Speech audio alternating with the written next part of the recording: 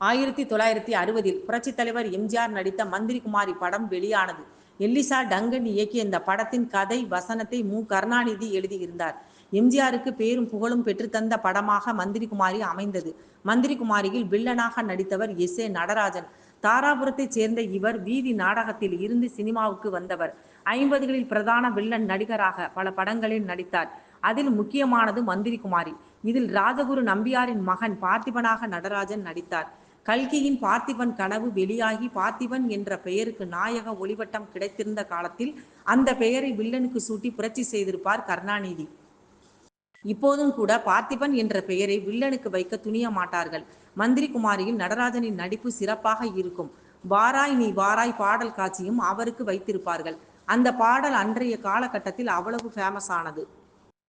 அதன் பின்னர் மந்திரி குமாரியும் மனோகராவும் நடராஜனை வியத்தகு வில்லன் நடிகராக மாற்றின.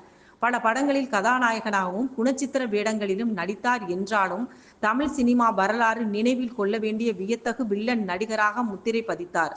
நடராஜன் ஃபார்வர்ட் ஆர்ட் பிலிம்ஸ் என்ற நிறுவனத்தை தொடங்கி சில படங்கள் தயாரித்தார்.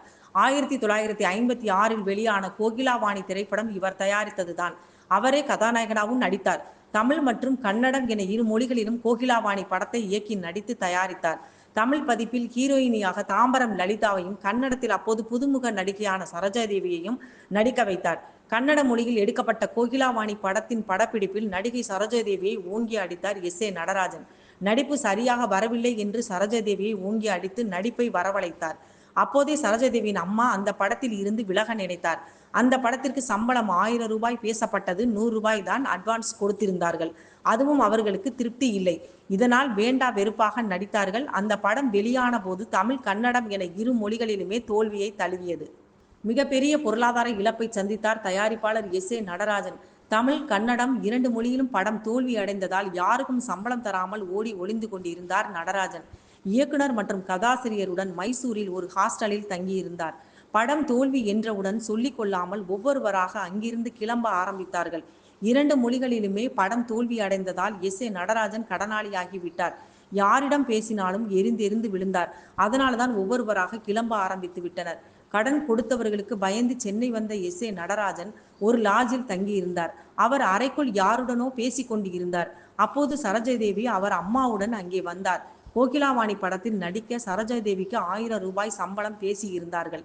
ஆனால் அவருக்கு 100 ரூபாய் மட்டுமே சம்பளம் கொடுக்கப்பட்டு இருந்ததில்லையா? படம் தோல்வியடைந்தது. நடராஜன் கடனாளியாகி விட்டதால் எஞ்சிய தொகையை அவரால் கொடுக்க முடியவில்லை. அந்த நேரத்தில் சரோஜாதேவி குடும்பமும் மிகப்பெரிய பொருளாதார நெருக்கடியில் இருந்தது. நாடோடி மன்னன் மாதிரியான படங்களுக்கு பிறகுதான் சரோஜாதேவி குடும்பம் நல்ல நிலைமைக்கு வந்தது. சம்பள பாக்கியை கேட்க வந்தவர் முதலில் கதாசிரியர் ராகவனை அழைத்து பேசினார். ராகவன் நடராஜனின் தற்போதைய நிலை பற்றி கூறினார். அதற்கு சரோஜாதேவியின் அம்மா, சிறிதளவு பணமாவது வாங்கி தாருங்கள், செலவுக்கே பணம் இல்லை. சரோஜாதேவிக்கு 2 படங்களில் வாய்ப்பு கிடைப்பது போல உள்ளது. அப்படி வாய்ப்பு கிடைத்தால் உங்களிடம் வாங்கிய பணத்தை திருப்பி கூட கொடுத்து விடுகிறேன் என்றார். உடனே ராகவன் உள்ளே சென்று நடராஜனிடம் விவரத்தை கூறினார். கடுப்பான நடராஜன் வெளியே வந்து, ஏமா உனக்கு அறிவு இருக்கா? நாங்க 2 படத்துல நஷ்டம் அடைஞ்சு லட்சக்கணக்கான பணத்தை இழந்துட்டு நிற்கிறோம்.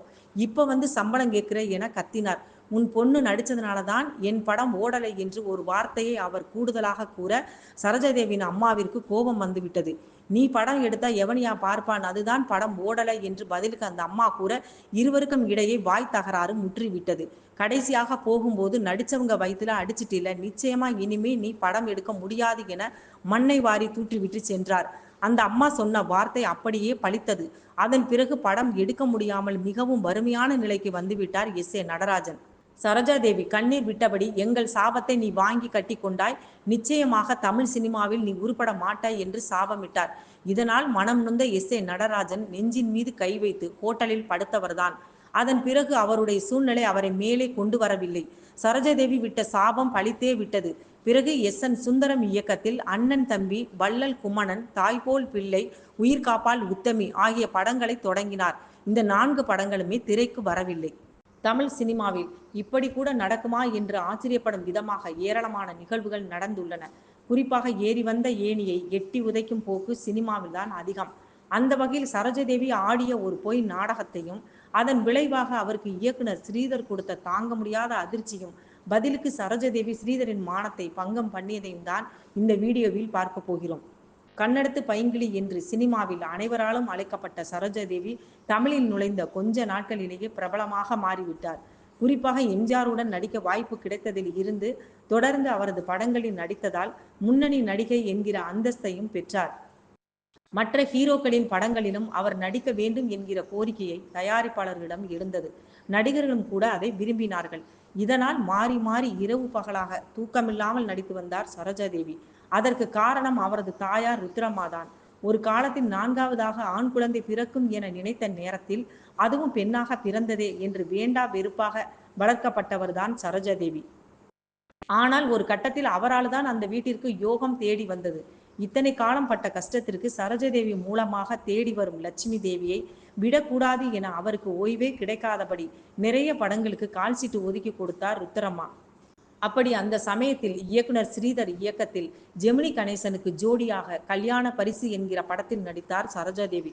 அந்த படத்தில் அவர் நடித்திருந்த வசந்தி என்கிற கதாபாத்திரம் ரசிகர்களின் மனதை கவர்ந்தது. செல்லும் இடங்களில் எல்லாம் அவரை வசந்தி என்றே கூப்பிடும் அளவிற்கு பிரபலமானார். அந்த படத்தை தெலுங்கிலும் ரீமேக் பண்ணினார்கள். ஸ்ரீதரை அங்கேயும் இயக்கினார். அங்கேயே கதாநாயகனாக நாகேஸ்வர ராவ் நடித்தார். படப்பிடிப்பு நன்றாக போய்கொண்டிருந்த போது ஒரு நாள் திடீரென சரோஜாதேவி போன் செய்து, சார் இன்று உடம்பு சரியில்லை, நாளை ஷூட்டிங் வருகிறேன் என்று கூறியுள்ளார். இயக்குனர் ஸ்ரீதரும் சரி நன்றாக ஓய்வெடுமா என்று சொல்லிவிட்டு நாகேஸ்வர ராவ் சம்பந்தப்பட்ட சில காட்சிகளை மட்டும் படமாக்கிவிட்டு அவரையும் அனுப்பிவிட்டார். மறுநாள் படப்பிடிப்பிற்கு சரோஜாதேவி வந்தார். மீதி இருந்த நாட்கள் எந்த பிரச்சனையும் இல்லாமல் அந்த படம் முடிவடைந்தது. அந்த சமயத்திலேயே அந்த படத்தை ஹிந்தியில் எடுக்கும் முடிவில் இருந்தார் ஸ்ரீதர். அந்த விஷயம் குறித்து அவ்வப்போது சரோஜாதேவியிடமும் அவர் பேசி வந்தார். ஹிந்தியில் ராஜ் கபூர் கதாநாயகனாக நடிப்பதாக இருந்தது. அதனால் தனக்கு பிடித்த இந்த வசந்தி கதாபாத்திரத்தை தமிழ் தெலுங்கு தாண்டி ஹிந்தியிலும் நடிக்கப் போகிறோம் என்கிற சந்தோஷ கனவில் மிதந்து வந்தார் சரோஜாதேவி. கடைசி நாள் படப்பிடிப்பு முடிந்ததும் அவரிடம் சரோஜாதேவி விடைபெற்று கிளம்புவதற்கு வந்தார். அப்போது அவரிடம் ஸ்ரீதர், ஹிந்தியில் இந்த படத்தை எடுக்கப் போகிறேன், ஆனால் கதாநாயகி நீ இல்லை என்று கூற அதிர்ச்சியாகிவிட்டார் சரோஜாதேவி. நாம் ஒன்றும் தவறு செய்யவில்லையே, நன்றாகத்தானே படப்பிடிப்பில் நடித்து கொடுத்தோம் என்று குழம்பியிருக்கிறார் சரோஜாதேவி. காரணத்தையும் ஸ்ரீதரிடம் கேட்டிருக்கிறார்.